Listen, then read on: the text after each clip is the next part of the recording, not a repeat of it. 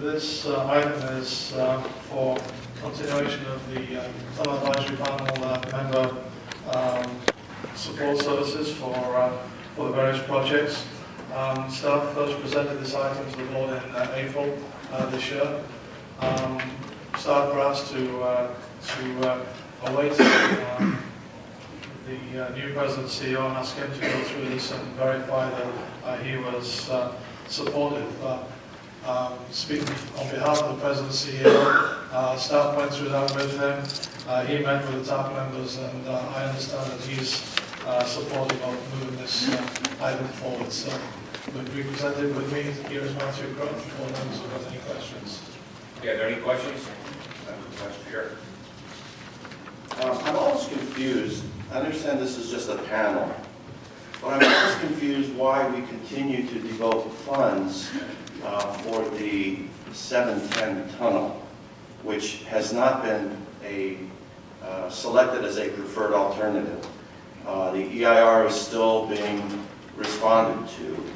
I don't know if you've read the latest objections by the AQMD that the tunnel is going to cause cancer risk 15 times the acceptable level. So why aren't we just soft pedaling this 710 tunnel, let the system work itself out, let Caltrans make their decision on certifying the EIR, let the Metro Board decide if they want to do the funding models. So why are we including this in the scope of work? Don't these engineers have enough work with some of these other tunnel programs? Director, I believe you asked a similar question in April, and I'll give you a similar reply if I may. Metro have to do our due diligence equally on all of the alternatives. This is an environmental process. We have to treat every option equally. We have to do an equal amount of due diligence on every option that's in the environmental process. That includes the tunnel, and it's not just the road. There's top members provide us with input on the rail component as well. So there's no prejudgment, there's no precondition. Until we've gone through due process, nobody knows, nobody can say which alternative will be the one that is chosen. And again, we have to do an appropriate amount of due diligence on all of the options. And therefore, we will involve the top members in advising us. Their role is not a major role, but nevertheless, we are following the process and procedure that the board laid out many years ago, which is that the board required that any tunneling projects, potential tunneling projects, would involve the top members as an independent oversight on what staff were doing. So are we driving their tasks and their duties, or is the EIR consultant giving them the assignments? How exactly are they being instructed on what their work is? So Matthew is coordinating all that work, but top members work through Matthew, who coordinates all of their activities across the various projects. But in terms of particularly in terms of the 710 North, top members work in close coordination with the highway staff, who are responsible for the 710 North project. When the work hours are put together, the top members, Matthew, work with the highway group to identify what those hours might be. So there's an upset limit set for each project.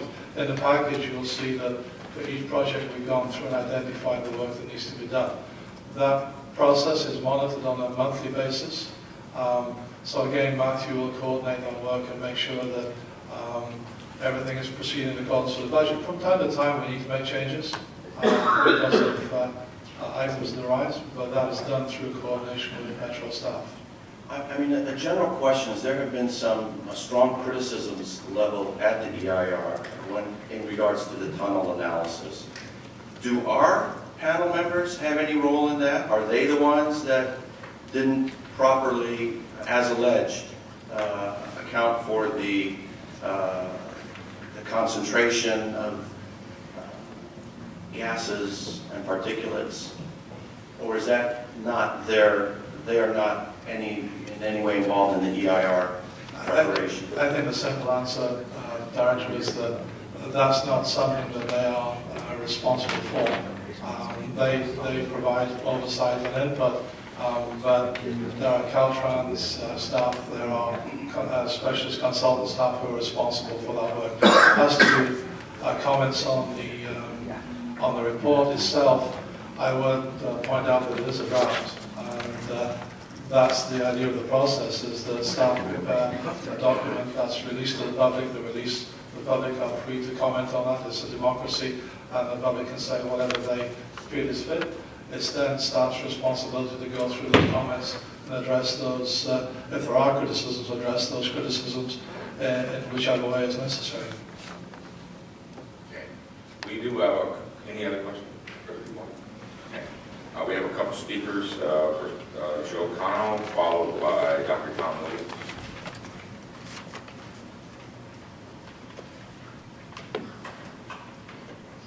Joe Cano, the AQMD, EPA, and others state that the SR710 North draft EIR is fatally flawed and inadequate and will not improve air quality or traffic. This tunnel will destroy my community of El Sereno and will not solve but add traffic issues in this area. This is a question of environmental justice. The Keck School of Medicine has declared that there will be higher cancer rates emitted from this tunnel. Okay, so now we've got a bad project 40 years ago, still a bad project now, and I will work with the community of El Sereno to defeat Measure R2, no matter how noble you may have and positive projects in that measure. We defeated Gloria Molina for her support and in Councilman Weezar's election. We will do the same to Measure R2 if this tunnel is not removed.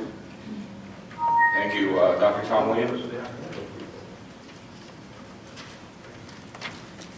Good morning. Dr. Tom Williams, Sierra Club Transportation, also LA 32 Neighborhood Council, and the 710, of course.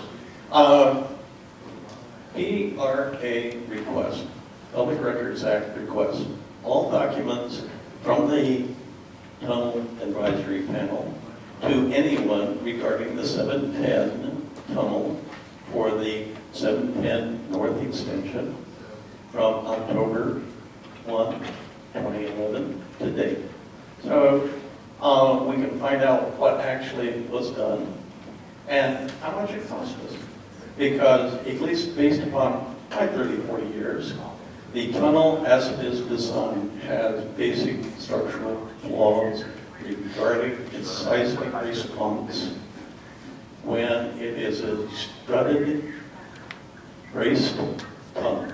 If it's a round one, like Red Line Phase 1, which I worked on, it's okay, but not when it has two sets of wheels. Thank you. Thank you. Right, go ahead.